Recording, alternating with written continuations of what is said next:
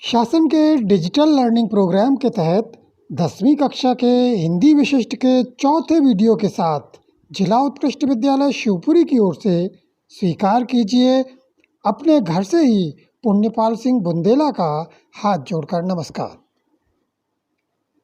आज हम अपनी पाठ्यपुस्तक नवनीत के पद्य खंड से तुलसीदास जी द्वारा रचित कवितावली पाठ को पढ़ेंगे। इस पाठ में लिए गए पांचों पद वात्सल्य रस के हैं, जिन्हें तुलसीदास जी द्वारा रचित कवितावली नामक ग्रंथ में रखा गया है। इनमें श्री राम और उनके भाइयों के बाल रूप की बड़ी सुंदर झांकी देखने को मिलती है। पाठ आरंभ करने से पहले आप अपने पास एक कॉपी रख लें, जिसमें आपको कठिन शब्दों के अर्थ लिखते जाने हैं, क्योंकि इसमें कठिन शब्द अधिक हैं। साथ ही सभी पालकों और विद्यार्थियों से एक निवेदन और है कि हिंदी रस का विषय है, आनंद का विषय है, अतः आप भी इसे पढ़ते समय आनंद से पढ़ें। मैं भी सुर और लय के साथ गाऊंगा, आप भी इसे सुर और लय के साथ गाते हुए इसका आनंद लें। सबसे पहले मैं इसका सस्वर वाचन करूंगा, उसके बाद आप गाएंगे। एक सखी बड़े सवेरे उठकर कहीं पहुंची और उसने क्या देखा, उस दृश्य का चित्रण इस छंद में है। सस्वर वाचन सबसे पहले कवितावली पाठ का। अवधेश के द्वारे सकारे गई सुत गोद के भूपति लैनिक से, अवलोक ही सोत विमोचन को ठगी सी रही जे न ठगे धिक से। तुलसी मन रंजन रंजित अंजन नैन सुखंजन जातक से, सजनी शशि में समशीले ओभय नभ नील सरोरह सेविक से। अब इस पद को आप भी स्वर और लय के साथ गाएंगे। अब इसकी व्याख्या देखते हैं। एक सखी सवेरे सवेरे अवधेश के द्वारे सकारे गई सुत गोद के भूपति लैनिक से।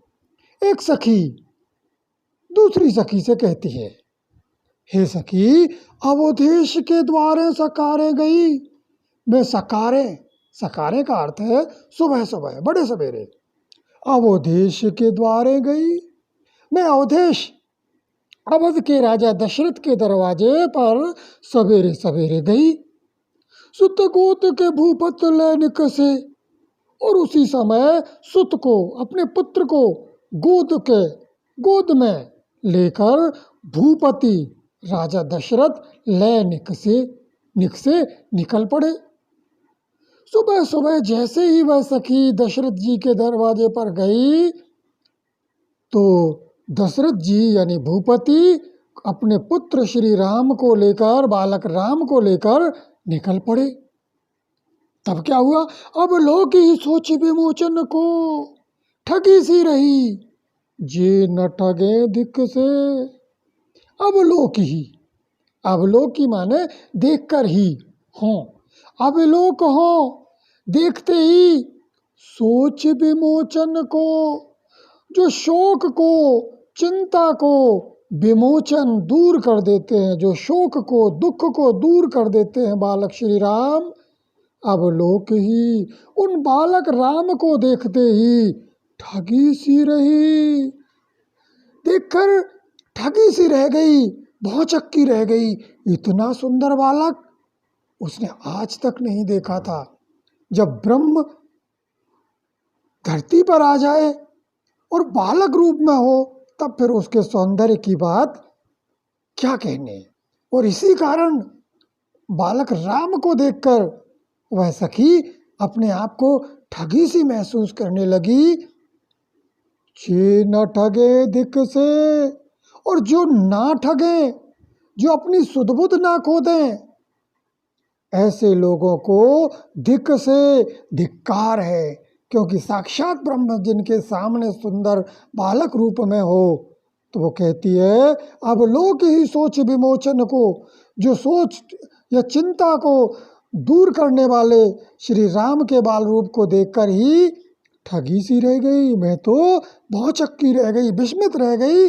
जे न ठगे से दिक से, और जो ठगे से न रह जाए, जो चकित ना हो जाए, विस्मित ना हो जाए, उन्हें धिक्कार है। तुलसी मनरंजन रंजित अंजन नैन सुखंजन जातक थे। अब बालक राम कैसे थे? तुलसीदास जी उस सखी की ओर से चित्रण करते हुए कहते हैं, तुलसी मनरंजन रंजित अंजन। मनरंजन, मन को रंजित कर देने वाले, मन को प्रसन्न कर देने वाले, उल्लास से भर देने वाले। रंजन माने रंग देना। तो तुलसी मनोरंजन, तुलसीदास जी कहते हैं कि मन को प्रसन्न कर देने वाले रंजित अंजन। उनके आंखों में रंजित, रंजा हुआ था, अंजा हुआ था अंजन। अंजन माने काजल। तुलसीदास कहते हैं कि सबके मन को प्रसन्न कर देने वाले बालक राम के आंखों में आंजन लगा हुआ था, काजल लगा हुआ था। और उनके नैन कैसे थे? नैन सुखंजन जातक से। और उनके नैन, नैन माने नेत्र, सुखंजन, सु माने सुंदर, खंजन पक्षी के जातक से, जातक माने बच्चे से, के समान। जैसे खंजन पक्षी, छोटा सा खंजन पक्षी होता है, उस पक्षी के जातक बच्चे के समान उनके काजल से रंगे हुए नेत्र थे। सजनी शशि में समशील भय, नवनील सरोर से विकसे। उनके मुख और नेत्र कैसे शोभा पा रहे हैं, इसको बड़े ही सुंदर तरीके से चित्रित किया है। सजनी, हे सखी, वही सखी अपनी दूसरी सखी से कहती, सजनी शशि में, शशि माने चंद्रमा, चंद्रमा में समशील, समान आकार के, उभय दोनों, नवनील, एक नए नीले रंग के, सरोर है कमल से विकसे, के समान खिले हुए, से विकसे के समान उपमा अलंकार है। हे सजनी, ऐसा लगता है कि चंद्रमा का मुख है, शशि में, चंद्रमा के मुख में, समशील, समान आकार के उनके दोनों नेत्र, उभय दोनों, नवनील सरोवर से विकसे, सुंदर नए नए सरोवर, सरोवर है अर्थात कमल के समान खिले हुए हैं। जैसे चंद्रमा का मुख हो और उस चंद्रमा के मुख में नीले नीले समान आकार के नेत्र रूपी दो कमल खिले हुए हैं। तो ये यहाँ पर उपमा अलंकार है। तो इस तरह से ये पद हो गया। इसको फिर आपको सुर और लय के साथ गाना है और फिर इसके बाद मन में पढ़ना है। भाषा तत्व की बात कर दें तो सभी में भाषा ब्रज है, रस वात्सल्य है, माधुर्य गुण है, सवैया छंद है और गेय पद है। अनुप्रास अलंकार के बारे में बताएंगे नहीं, क्योंकि आपको पता है जहाँ अन्य अलंकार होंगे वहाँ बताते जाएंगे। अब अगला पद लेते हैं, उसका भी सस्वर वाचन करते हैं। पग नूपुर पहुँची कर कंजनी, मंजू बनी मनी माले हिये, नव नील कलेवर पीते झगा झल के, पुल के नृपु गोद लिए, अरबिंदो सुआनन रूप मरंदो आनंदित लोचन भृंग पिए, मन में न बस्यो असु बालक, जो तुलसी जग में फल कौन जिए। इसके बाद आपको पढ़ना है। जब कक्षा में मैं होता था तब फिर आपके साथ पढ़ता था तो वो आनंद ही अलग था, और आपको भी पढ़ना है, और माता पिता यदि बैठे हैं तो उनको भी पढ़ना है, क्योंकि बार बार जब हम इनको पढ़ेंगे तो अर्थ जल्दी समझ में आएगा। अब इसकी व्याख्या करते हैं। पग नूपुर, बालक राम के पग में, पग माने पैर, नूपुर, नूपुर माने घुंघरू, पैरों में घुंघरू है, घुंघरूदार पायल हैं। और पहुँची, और पहुँचियाँ एक गहना होता है जो कलाई में पहना जाता है, पहुँचियाँ बुंदेली में कहते हैं।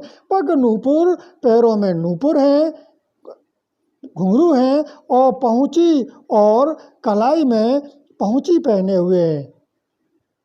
कर कंजनी, कर हाथ, पहुँची कर कंजनी, पहुँची पहने हुए हैं कर हाथ, कंजनी कमलनी, कमल रूपी हाथों में, कमल रूपी हाथों में पहुँची पहने हैं। यहाँ रूपक अलंकार है, यानी हाथ ही कमल है।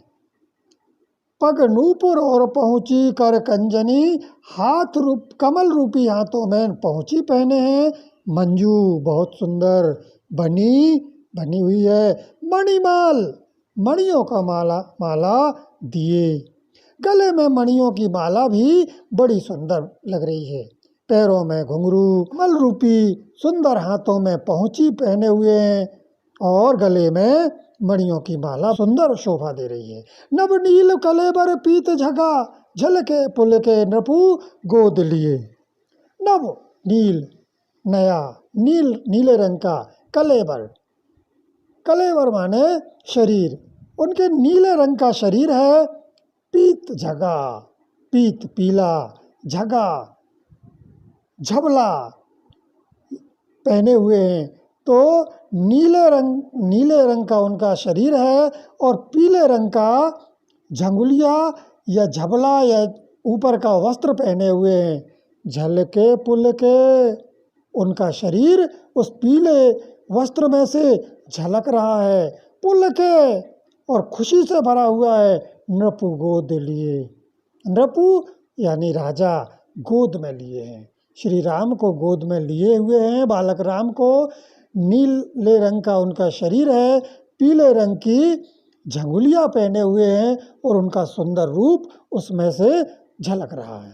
अरविंद सो आनन रूप मरंद आनंदित लोचन भृंग पिए। अरविंद सो आनंद उपमा अलंकार। अरविंद कमल, सो के समान, आननु मुख, उनका मुख कमल के समान है। जब समानता बताई जाती है उपमा, और जब उपमेय और उपमान को रूप दे दिया जाता है तो रूपक। अरविंद सुआनंद, कमल के समान उनका मुख है। रूप मरंदो, अब कमल के मकरंद का, कमल के पराग को कौन चखता है? भौरा चखता है। अब देखिए भौरा किसे कहा गया? अरविंद सुआनंद, उनका मुख कमल के समान है। रूप मरंद, उनके मुख का के रूप माने सौंदर्य का, मरंद पराग, आनंदित आनंद से भरे हुए। लोचन भृंग रूपक, नेत्र रूपी, लोचन माने नेत्र, भृंग माने भौरे पिए, यानी उनके नेत्र कमल जैसे हैं, या ऐसा लग रहा है उनके नेत्र भौरे जैसे हैं। लोचन भृंग, उनके नेत्र भौरे हैं और अरविंद कमल के समान उनका मुख है। तो ऐसा लगता है कि भौरे रूपी नेत्र उनके मुख रूपी कमल का पराग पी रहे हैं। अरविंदु सुआनन रूप मरंदु आनंदित लोचन भृंग किए पिए, यानी बालक राम का मुख कमल के समान है और उस मुख के रूप मरंद सौंदर्य को उनके भौरे रूपी सुंदर नेत्र पी रहे हैं, या भौरे जैसे उनके नेत्र हैं। मन में न बसो असु बालक जो, तुलसी जग में फल कौन जिए। मन में न बसो, जिसके मन में बसा नहीं है, असु बालक जो, ऐसा बालक जिसके मन में नहीं बसा। तुलसी जग में, तुलसीदास कहते हैं कि संसार में फल कौन जिए, इस जीवित रहने का क्या फल है। ब्रह्म रूपी इस बालक को जिसने अपने मन में नहीं बसाया, उसको इस संसार में जीने का कोई अर्थ नहीं है। मन में न बसो अस बालक जो बालक, ऐसा सुंदर बालक जिसके मन में न बस जाए, ब्रह्म रूपी बालक बस जाए जिसके मन में, तुलसी जग में फल कौन जिए। तुलसीदास कहते हैं कि ऐसे व्यक्ति का संसार में जीने का कोई आशय नहीं है। अब इसको फिर स्वरोलय के साथ आप पढ़ेंगे, इसके बाद मुख बंद करके समझेंगे। अब अगले छंद की ओर चलते हैं। तन की दुति श्याम सरोर है, लोचन कंजु की मंजुलताई हरे, अति सुंदर सोहित दूर भरे, छवि भूरी अनंग की दूर धरे, दम के दतिया दुई दामिनी जो, किले के कल बाल विनोद करे, अवधेश के बालक चार सदा, तुलसी मन मंदिर में बेहरे। इस पद में तुलसीदास ने यह स्पष्ट किया है कि उनके मन के मंदिर में, रूपक अलंकार मन ही मंदिर है, उनके मन के मंदिर में अवधेश के बालक, नीचे की पंक्ति को देखेंगे, यहाँ से अर्थ देखेंगे, अवधेश के बालक दशरथ जी के चारों बालक राम लक्ष्मण भरत शत्रुघ्न सदा हमेशा तुलसी मन मंदिर, तुलसी का मन एक मंदिर है, मैं बहरे उसमें विचरण करते हैं, कि तरह तरह की लीलाएं करते हैं। कैसे हैं वे चारों बालक? तन की दुति श्याम सरोरह लोचन, कंज कुई मंजुल ताई हरे।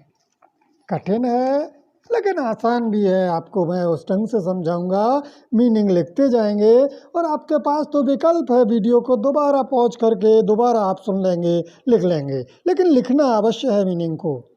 तन की दुति, तन माने शरीर, की दुति कांति चमक ज्योत्सना, तन की शरीर उन बालकों की शरीर की चमक, श्याम सरोर है, श्याम सांवले रंग के नीले रंग के सरोर है, लोचन कमल के समान लोचन नेत्र हैं, तन चमकता हुआ शरीर है, श्याम सरोर है, लोचन सांवले कमल के समान उनके नेत्र हैं, कंज की मंजुलताई हरे। कंज, कंज माना होता है कमल, कमल की मंजुलताई सुंदरता हरे का हरण कर लेते हैं।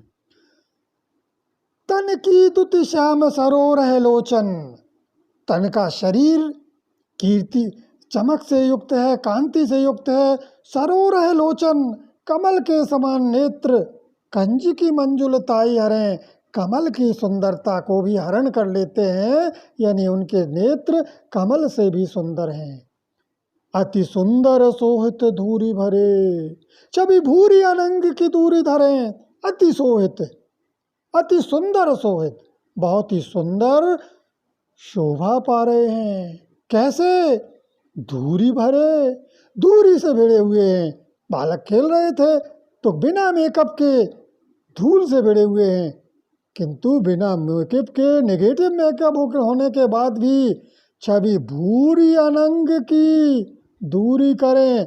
छवि भूरी इतनी अधिक सुंदरता है कि अनंग की, अनंग माना होता है कामदेव की, दूरी करें। कामदेव सबसे सुंदर माने जाते हैं देवताओं में, तो कामदेव के सौंदर्य को भी फीका कर देते हैं। अति सोहित धूरी भरे, धूरी से भिड़े हुए ये चारों बालक इतने अधिक शोभा पा रहे हैं कि कामदेव की भी सुंदरता उनके आगे फीकी है। दम के दतियां दुति दामिनी जो, किल के कलवाल विनोद रे। दम के दतियां दुति दामिनी जो, अनुप्रास का सुंदर उदाहरण। दमके, दमक रही हैं दतियां, छोटे छोटे दांत, नन्हे नन्हे दांत। दुति, दुति माने चमक, दामिनी दो, दामिनी माने बिजली, चपला दामिनी विद्युत तड़त। बिजली के समान उनके छोटे छोटे दांत दमक रहे हैं, चमक रहे हैं। ज्यों किलके, जैसे ही वो किलकारी भर के हंसते हैं तो उनके दांत बिजली के समान चमक उठते हैं। कल बाल विनोद करें, बात करते हुए और बाल विनोद, बाल लीलाएं करते हैं तो उनके दांत बिजली के तमय के समान चमकने लगते हैं। अवधेश के बालक चारी सदा, तुलसी मन मंदिर में बहरे। अवधेश दशरथ जी के चारों बालक सदा तुलसीदास के मन के मंदिर में विहार करते हैं। चलिए फिर से इनको गाते हैं, समझ में तभी आएगा, बार बार पढ़ेंगे। तन की दुति श्याम सरोरे लोचन, कंज की मंजुल ताई हरे। अति सुंदर सोहित दूर भरे, छवि भूरी अनंग की दूरी धरे। दम के दतिया दुति दामिनी जो, किल के कल बाद विनोद करे। अवधेश के बालक चारी सदा, तुलसी मन मंदिर में बेहरे। ये हो गया। इसके बाद फिर इन्हीं चारों बालकों का चित्रण अगले पद में है।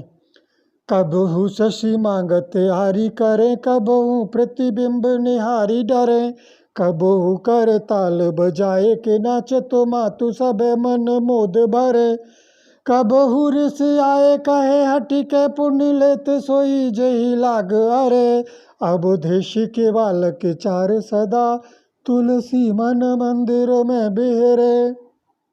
अब देश के बालक चार सदा, दशरथ जी के चारों बालक हमेशा ही निरंतर तुलसी के मन मंदिर में, रूपक अलंकार मन रूपी मंदिर में हमेशा विहार करते हैं, लीलाएं करते हैं। कैसे लीलाएं करते हैं?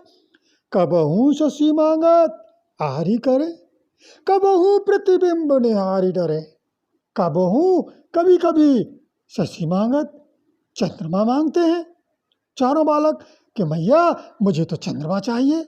आरी करे, आरी माने हट करना, कभी चंद्रमा मांगते हैं और हट करने लगते हैं। कबहू प्रतिबिंब निहारी डरे, कभी अपनी परछाई देख के चौंक जाते हैं, डर जाते हैं। हाँ, यही वात्सल्य है, यही बाल रूप है। कबहू शशि मांगत आहारे करें, कभी चंद्रमा जैसी प्राप्त न हो पाने वाली वस्तु मांगकर अड़ जाते हैं, कभी अपनी परछाई देखकर डरने लगते हैं। कबहू कर ताल बजाए के नाचत, मातु सबे मन मोद भरे, कबहू कर ताल, कभी करताल यानी हाथों की ताली बजाकर नाचत नाचते हैं। मातु माताओं को सबे मन मोद भरे, सभी माताओं के मन में मोद माने खुशी, प्रसन्नता भर देते हैं। कबहू कर ताल बजाए के नाचत, कभी ताली बजा के नाचने लगते हैं। मातु सबे, सभी माताओं के मन में मोद भरे, प्रसन्नता का भाव जागृत कर दें।